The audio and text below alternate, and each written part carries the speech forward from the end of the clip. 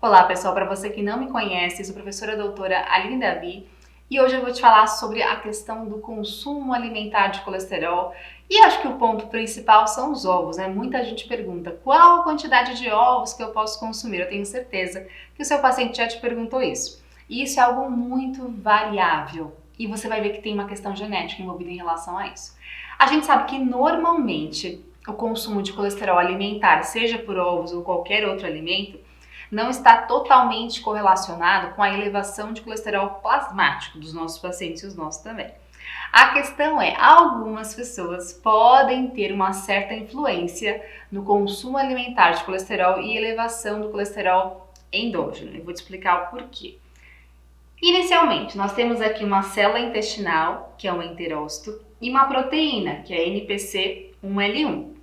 Essa proteína, que tem um papel importante, que ela faz a absorção desse colesterol. Então, tanto colesterol alimentar, ou seja também, a gente pode ter até uma competição com fitoesterol. Lembra que fitoesterol é o esterol da planta, como se fosse um colesterol da planta, entre aspas, porque não tem colesterol em origem vegetal, claro, né? E ele pode ter até uma competição aqui. Eu posso ter colesterol ou fitoesterol e ter uma competição por essa proteína de transporte.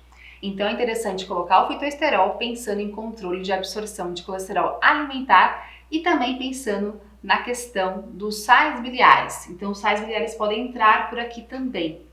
E consequentemente, quando eu tenho um controle, uma adição de fitoesterol, eu posso ter uma redução na absorção dos sais biliares, que pode ser um ponto interessante. Só que eu não tenho só essa proteína.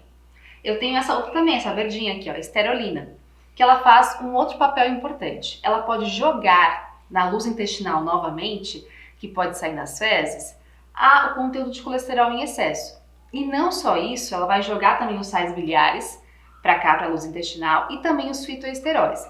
Então o fitoesterol ele pode ele não é aproveitado pelo nosso organismo, então ele vai ser jogado fora por meio dessa proteína. Então vejam que essa proteína é muito importante para a questão da absorção de colesterol alimentar. Ela tem um papel importante. E nesse sentido nós temos uma alteração genética aqui, em alguns indivíduos, é claro, né? Não são todos. Veja que essa proteína, como qualquer proteína, tem um gene que vai codificar essa proteína, como qualquer proteína.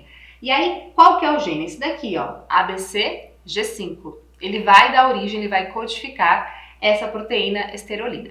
E aí, lembra aquela história da escola que tinha na genética, ou até na faculdade mesmo? Azão, azão, azão, azinho, azinho, azinho. Nós temos os alelos, né? Um vem da mãe e um vem do pai. Qual que é a condição perfeita, a formação perfeita dessa proteína que o gene que codifica é o ABCG5, que vai dar origem à esterolina? O perfeito seria o genótipo CC. Só que nós temos pessoas que têm polimorfismos, alterações onde elas podem apresentar o alelo ou CG ou GG. Então ela tem uma troca do C pelo G, sejam os dois alelos, né, ou um só. Então o adequado, ideal é o CC. Se for CG ou GG, ela tem uma alteração na atividade dessa proteína e consequentemente ela pode ter um prejuízo em relação ao colesterol plasmático.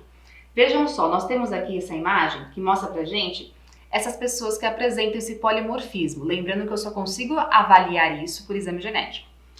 E aí, nesse sentido, ó, vejam que essas pessoas com o consumo de 3 ovos por dia, aquelas pessoas que apresentam o alelo CC, que é o adequado, não apresentam alteração no colesterol plasmático. Então, ela pode consumir 3 ovos por dia sem problemas.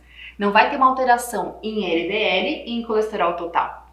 Só que, se essa pessoa tiver uma alteração, um polimorfismo, e ela seja GG ou CG, ela tem uma elevação no colesterol total e no LDL.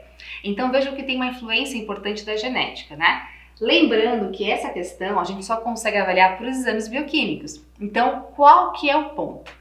Quanto que eu vou colocar de ovos por dia para esse paciente? É importante que você verifique esse perfil desse paciente, às vezes nem é genética, mas que você avalie os exames. De repente ele começou numa consulta contigo agora, você tem os exames prontos ou você solicitou os exames, avalie colesterol total, LDL, verifique qual que é essa quantidade desse paciente, ofereça uma dieta para esse paciente, seja com 2, 3 ovos por dia, e depois você vai reavaliar ao longo de um mês e meio, 2 meses, para que você verifique se essa quantidade que você ofereceu, ela foi demais ou, enfim, ela é adequada.